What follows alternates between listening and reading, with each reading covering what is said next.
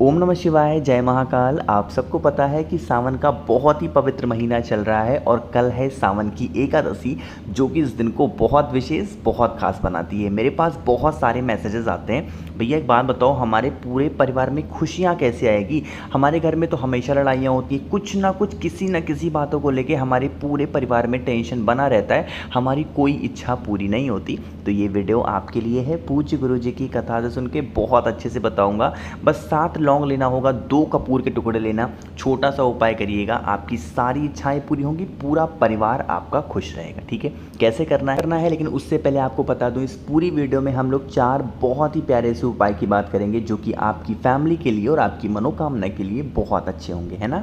चलो सबसे पहले हम लोग उपाय की बात करते हैं। जो 7 लौंग और 2 कपूर को लेना होगा। कहोगे भैया इसके फ़ायदे क्या हैं, बेनिफिट क्या हैं? आपके घर की जितनी भी नेगेटिव एनर्जी होगी ना, वो इसको घर से बाहर निकाल देगा। जैसे अगर आपके घर में लड़ाइयाँ बहुत होती हैं, घर में हमेशा क्लेश मचा हुआ है, घर में बीमारियाँ बहुत रहती हैं, इस काम को करिएगा। बहुत ही विशेष दिन है कल, तो आप करेंगे। स्क्रीन पर आपको दिख रहा होगा यहाँ पर लौंग। आपको कितने टुकड़े लेने होंगे? 7 से 8 लौंग। बहुत ज़्यादा लेने की ज़रूरत नहीं है, 7 से 8 लौंग के टुकड़े लेना। ठीक है, साथ ही साथ लेना होगा इस तरीके से जो गोल वाले देखो कपूर नहीं आते हैं, गोल वाले ले लो, या फिर एक इस तरीके से चपटे हुए पतले से आते हैं, वो भी ले सकते हो, कोई इशू नहीं है। तो लौंग लोगे और साथ ही साथ कपूर लेना। ठीक है, इन दोनों चीज़ों को महीने में किसी भी दिन, जो कोई विशेष दिन पड़े, जैसे अष्टमी तिथि पड़ जाए, एकादशी आ जाए, प्रदोष आ जाए, शिवरात्रि आ जाए, क्या करेंगे? आपको अपने घर में जो आपके घर का मिड पॉइंट हो, जैसे मध्य बिंदु, मान लेते हैं कि ये आपका घर है, ठीक है, और आपके घर का मैंने यहाँ पर एग्जाम्पल माना कि ये है आपके घर का मिड पॉइंट। ठीक है, एक ऐसे अंदाज़ा तो लग जाता है ना सभी घर में कि ये हमारे घर का मध्य बिंदु है। उसी मध्य बिंदु में जाकर के बैठना। ठीक है, एक छोटा सा प्लेट ले लेना, कटोरी लेना, कुछ भी लेना, 7 लौंग के टुकड़े लेना और 2 कपूर के टुकड़े लेना, उसमें रख देना। फेस अपना साउथ डायरेक्शन में मत रखना, बाकी किसी भी दिशा में करके बैठ जाना और उसको वहीं पे जला देना। किसी भी विशेष दिन, एकादशी, प्रदोष, मासिक शिवरात्रि, शिवरात्रि, ऐसे कोई भी विशेष दिन आते हैं, उस दिन करके देखिएगा इस उपाय को। कभी भी आपके घर में निगेटिव एनर्जी प्रवेश नहीं करेगी, आपके घर में कोई बीमार नहीं होगा। और अगर आपके घर में लड़ाइयाँ बहुत होती हैं हर छोटी बात को लेके, तो आपके घर में हमेशा प्रेम, सद्भावना बनी रहेगी। बहुत ही प्यारा सा, बहुत ही आसान सा उपाय है, तो ज़रूर करेंगे। ठीक है, समझ में आई के बाद मेरी पहली। चलो आगे बढ़ते हैं। अब इस वीडियो में हम लोग अपने दूसरे उपाय की तरफ। ये दूसरा उपाय आपको 2 चीज़ों में बहुत ज़्यादा फ़ायदा देगा। पहला तो ये फ़ायदा देगा कि अगर आपकी कोई ऐसी विश है, मनोकामना जो अधूरी रह जा रही है, वो पूरी होगी। दूसरा, अगर जिस भी मेरे भाई बहन के यहाँ कोई व्यक्ति बहुत दिनों से बीमार पड़ा रहता है, मतलब उसकी बीमारी ख़त्म ही नहीं हो रही है, तो आपको इस काम को करना चाहिए, है ना। स्क्रीन पर आपको यहाँ पर देखो एक फूल दिख रहा होगा, है ना। ये कौन सा फूल है? ये है आंकड़े का। हम सबको पता है कि आंकड़े के 2 फूल होते हैं और दोनों फूलों के अपने अलग महत्व हैं, अपने अलग उपाय करने से फ़ायदे हैं। एक होता है इस तरीके से बिल्कुल सफ़ेद आंकड़े का फूल होता है ना, और एक इस तरीके से कुछ नीलेपन में आता है। इन दोनों को चढ़ाने के अपने अलग फ़ायदे हैं। कल है एकादशी, बहुत सुंदर दिन है, करिएगा ज़रूर इस उपाय को। ठीक है, सबसे पहले बताते हैं कि अगर आपकी कोई विश है, मनोकामना है, काफ़ी दिनों से अधूरी है, नहीं पूरी हो रही है, क्या करेंगे? आपको लेना होगा फिर इस तरीके से आंकड़े का फूल। हमें ये हल्का सा जो पिंकिश दिख रहा है, हल्का सा नीला वाला, ये लेना है। सफ़ेद आंकड़े का फूल नहीं लेना है, हमें ये वाला फूल लेना होगा। ठीक है, इसको लेके चले जाओगे कहाँ पे? महादेव के शिवलिंग के पास। साथ ही साथ अपने घर से लेके जाना तांबे का लोटा, जिसमें जल भरोगे। कहाँ से? अपने घर से। ठीक है, इतने सारे काम कर लिए, लेके पहुंच गए महादेव के शिवलिंग के पास। हम सबको पता है कि महादेव का पूरा परिवार शिवलिंग पे ही विराजमान है, पता है ना हम सबको। ये जो जगह है, ये जो स्पेस आपको दिखता है, ये है माता अशोक सुंदरी का स्थान, होता है ना। आप क्या करेंगे? जो नीला वाला आंकड़े का फूल है, वो आपको माता अशोक सुंदरी के स्थान पे चढ़ाना होगा। डंडी रखोगे बाहर की तरफ, फूल का भाग रखोगे महादेव की तरफ। ठीक है, रख देना। उसके बाद यहाँ से फिर से उठा करके वही आंकड़े का जो फूल होगा महादेव के शिवलिंग के ठीक ऊपर अपनी मनोकामना कहते हुए रखना। यहाँ पर भी सेम प्रोसेस करोगे। डंडी रखोगे माता अशोक सुंदरी की तरफ और पत्ती का मुख रखोगे अपनी तरफ, क्योंकि आप खड़े हैं किधर? उत्तर की तरफ फेस करके, यानी कि नॉर्थ डायरेक्शन में। समझ में आई क्या बात मेरी? उसके बाद जो 1 लोटा जल आप अपने घर से लेके आए हैं, श्री शिवाय नमस्तुभ्यम का स्मरण करते हुए इस फूल के ऊपर आपको समर्पित कर देना है। ठीक है, जो भी व्यक्ति नीले आंकड़े के फूल को पहले माता अशोक सुंदरी के स्थान पे, उसके बाद वही फूल को उठा के महादेव के शिवलिंग पे समर्पित करके अपनी मनोकामना कह देता है, महादेव उसकी सारे विशेष को पूरी ज़रूर करते हैं। ठीक है, समझ में आई बात। चलो यहाँ पर तो बात होगी मनोकामना पूर्ति के लिए। एक और बात करते हैं बीमारी के लिए। आपको बीमारी के लिए लेना होगा सफ़ेद आंकड़े का फूल। कौन सा? सफ़ेद आंकड़े का फूल लेना। इसको लेकर के पहुँच जाओगे महादेव के शिवलिंग के पास। ठीक है, हमने जब नीले आंकड़े का फूल बताया तो मैंने आपको बताया था कि माता अशोक सुंदरी के स्थान पे पहले चढ़ाना है, उसके बाद महादेव के शिवलिंग के ऊपर चढ़ाओगे, यही तो बताया। लेकिन जब सफ़ेद आंकड़े की जड़ को, सफ़ेद आंकड़े के फूल को समर्पित करना होगा तो सिर्फ और सिर्फ महादेव के शिवलिंग के ऊपर समर्पित करना। कोई सा भी नाम लेके, कुंदकेश्वर महादेव का नाम लेकर के समर्पित कर देना और एक लोटा जल उसी के ऊपर समर्पित करना। हाथ जोड़ करके महादेव से विनती करना, महादेव हमारे घर का ये व्यक्ति है, बहुत दिनों से परेशान है, बहुत दिनों से बीमार है, आप इसकी बीमारी को दूर कर दें। अपने हिसाब से, अपने अकॉर्डिंग आप उपाय को कर देना, अपने हिसाब से आप प्रार्थना को भी कर लेना। समझ में आई क्या बात मेरी? तो 2 उपाय की बात यहाँ पर हो गई है।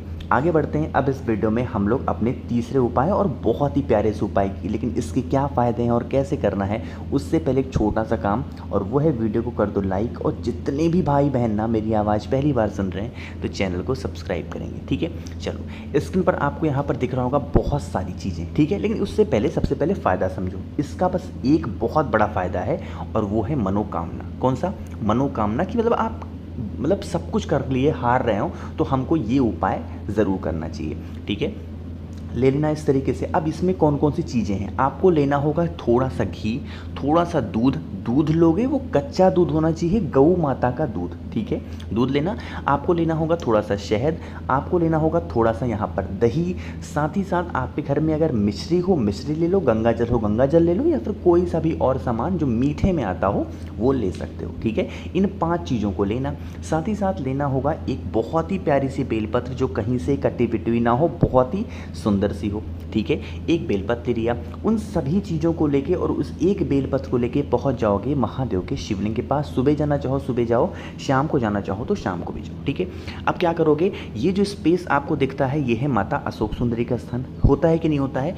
आपके पास में जो एक बेलपत्र है ना, 1 मिनट, आपके पास में जो एक बेलपत्र है ना, उस एक बेलपत्र को माता अशोक सुंदरी के स्थान पे रखोगे। बिल्कुल सीधा सीधा रखना है, उल्टा नहीं रखना है, जिसमें डंडी होगी बाहर की तरफ और पत्ती का मुख होगा महादेव की तरफ। ठीक है, इतना काम कर लिया।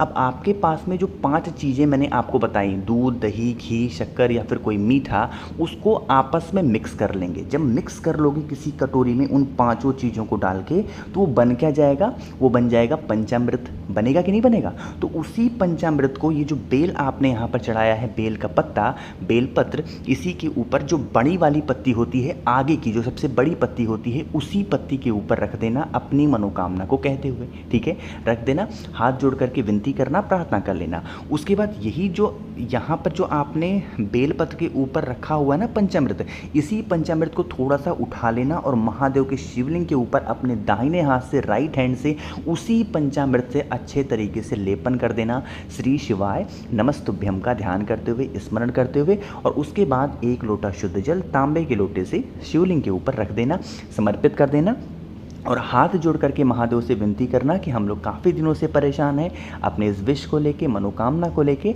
आप हमारी इस इच्छा को पूरी कर दें। अपने अकॉर्डिंग इस उपाय को आप कर लेना और अपनी बात महादेव तक पहुंचा देना। ठीक है, समझ में आई बात? 3 उपाय की बात हमने यहाँ पर कर ली है। आगे बढ़ते हैं इस वीडियो में। अब हम लोग अपने चौथे उपाय और इस वीडियो के सबसे आखिरी उपाय की तरफ। ठीक है, अब सबसे पहले ये समझो कि इस उपाय को करने के बेनिफिट क्या हैं, फ़ायदे क्या हैं। इसका एक बहुत बड़ा फ़ायदा है जो कि हर घर की डिमांड है कि हमारे घर में कभी भी बीमारी प्रवेश ना करे, है ना। अगर आपके घर में कोई व्यक्ति बीमार है तो इस उपाय को ज़रूर करेंगे। स्क्रीन पर आपको दिख रहा होगा यहाँ पर बहुत सारी दूरवा, तो हमें भी लेनी होगी बहुत सारी दूरवा।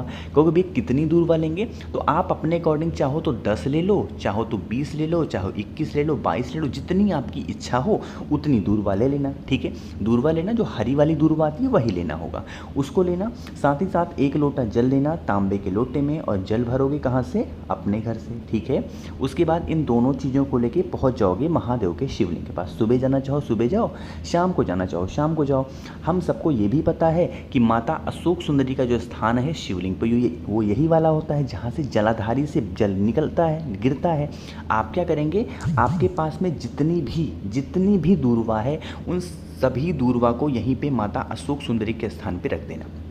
10 हो, 12 हो, 15, 20, 25 जितनी भी हो रख देना। रखने के बाद एक लोटा शुद्ध जल उत्तर की तरफ देखते हुए फेस रखना नॉर्थ डायरेक्शन, और महादेव के शिवलिंग के ऊपर श्री शिवाय नमस्तुभ्यम का ध्यान करते हुए समर्पित करना। ठीक है। जब जल चढ़ाओगे, जल बहता हुआ आपकी कामना से यहीं दूर्वा के नीचे से होता हुआ नीचे गिरेगा। अरे गिरेगा कि नहीं गिरेगा, वहाँ पर खड़े होना, महादेव से प्रार्थना करना, हमारे घर का ये व्यक्ति है जिसका नाम और गोत्र ये है, काफ़ी दिनों से परेशान है, बहुत दवाएँ खाता है, बहुत मेडिसिन खाता है, फिर भी ठीक नहीं हो रहा है, महादेव आप इसको ठीक कर दें। अपने अकॉर्डिंग अपनी बात महादेव तक पहुंचा देना। उसके बाद ये जो दूर्वा आपने यहाँ पर चढ़ा रखी है, इस दूर्वा को उठा लेना। ठीक है। उठाने के बाद आप अपने घर चले जाना, और अगले दिन से, जैसे मान लीजिए कल आपने उपाय को किया, तो उसके अगले दिन से एक एक दूर्वा रोज सुबह खाली पेट जो भी व्यक्ति बीमार हो उसको खिलाना स्टार्ट कर दीजिए। ठीक है। जितने भी दूर्वा हो, मान लो 20 दूर्वा है तो 20 दिन खिलाओ, 10 दूर्वा चढ़ाया था 10 दिन खिलाओ, 5 दूर्वा चढ़ाया था तो 5 दिन खिलाओ। खिला करके देख लेना उसकी जो भी बीमारियां होंगी धीरे धीरे करके ख़त्म होना स्टार्ट हो जाए। ठीक है, समझ में आई बात। तो इस पूरी वीडियो में मैंने आप सभी को 4 बहुत ही सुंदर से उपाय की बात की है। जो भी उपाय आपको समझ में नहीं आया है, कोई भी डाउट है, नीचे कमेंट में पूछ सकते हैं। और जितने भी भाई बहन मेरी आवाज़ पहली बार सुन रहे हैं, चैनल को सब्सक्राइब करिएगा, और हाँ, वीडियो को लाइक ज़रूर किया करिए। ओम नमः शिवाय, जय महाकाल।